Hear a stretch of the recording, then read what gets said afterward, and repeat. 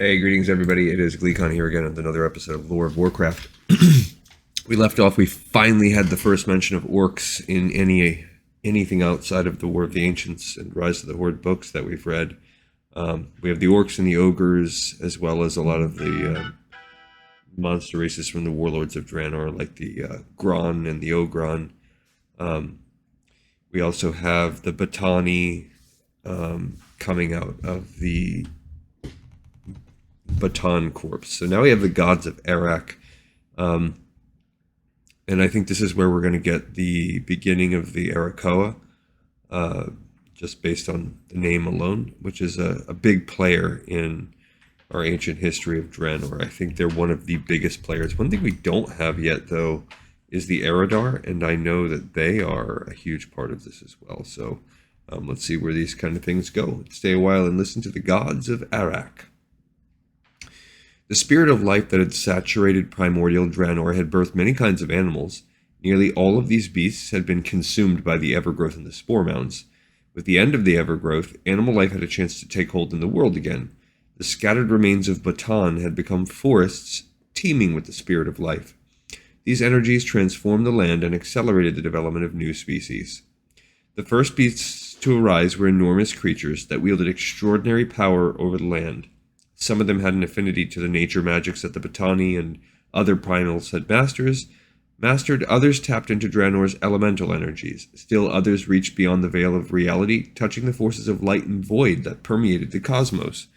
I'm not sure who those are, but some of them we've already mentioned, with the Furies, the Elementals, and of course the Colossals and their Breaker spawn, and the Venusaur and other primal spawn.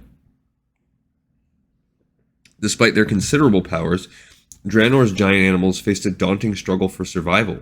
The Batani ensnared them for use as food to nourish the wilds, or to infest them with fungi that transformed them into the primal's minions. Elsewhere, the Gron and Ogron hunted the beasts like game. The animals most suited to thrive on this unforgiving world were winged species that could soar above the reach of the primals and the breakers. Most of Draenor's avian races developed in Arak. A massive stone spire towered over the region's dense woods and coastal scrublands. There, three godlike creatures took form: the majestic firebird Rukhmar, the vicious wind serpent Sethe, and the cunning raven Anzu. I believe all three of those are covered in various quest lines, both in Burning Crusade and Warlords of Draenor, and maybe some other places as well. These animals were each powerful in their own right. Rukhmar's spirit was touched by the primordial force of light.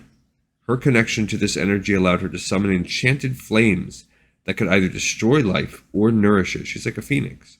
White-hot fire constantly rippled over her reddish-orange wings without ever singeing her. Sethe's wings were short and leathery, and he could not fly as high as Rukhmar. He had an affinity to the shadow energies, the void that existed in the universe. So again, this eternal conflict. Anzu was much smaller than Rukhmar and Sethe. What he lacked in physical power, or is it Sethe? But the only reason why the only reason why I pronounce it Sethe is because I think Sethrak or something like that comes from it. Sethe. I'm going to still pronounce it Sethe, or Sethe. I'll say Sethe. What he lacked in physical power, he made up for with a keen intellect. Ever curious, Anzu investigated the magical ley lines that crisscrossed the world, and he discovered arcane magic. For many years, these three creatures largely kept to themselves. They eked out an existence in Arak, constantly fending off attacks from primals and breakers. Only Anzu dreamed of a better future for himself and his feathered kin.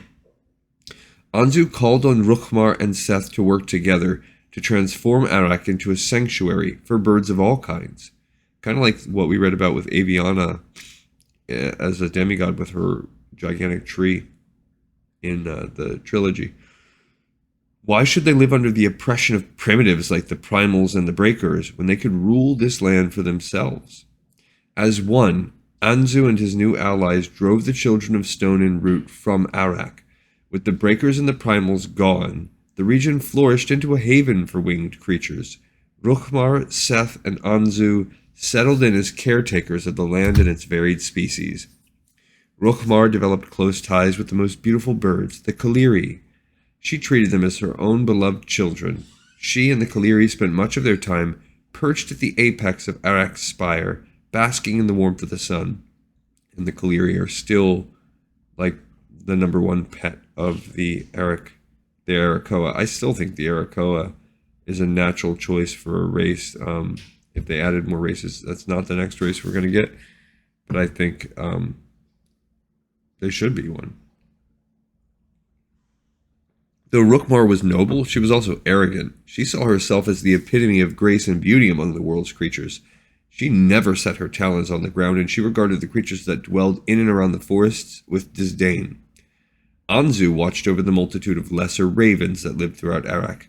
He frequented the forest canopies below the spire. Sethe ruled the smaller wind serpents and lived with them among the shadowy nooks and crannies at the spire's base. He did not treat his followers with the same respect that Anzu showed the ravens. Sethe was a cruel and demanding master of the wind serpents. All seemed well in Arak, but darkness was stirring near the spire. I wonder if the Sethrak, or whatever they're called, the snake race from BFA, is somehow related to this, or going to come out of that. But that's a Kalimdor race, so I think that's curious. And this book is written pre Burning Crusade, so I just wonder if that's a coincidence to have that the etymology of the Sethe having to do with serpents, and then you have the Sethrak later on. I guess we'll have to wait and find out. Okay. Another episode in the Pipes 5x5. Thank you so much for listening, as always. And I'll catch you on the next episode of Lore of Warcraft.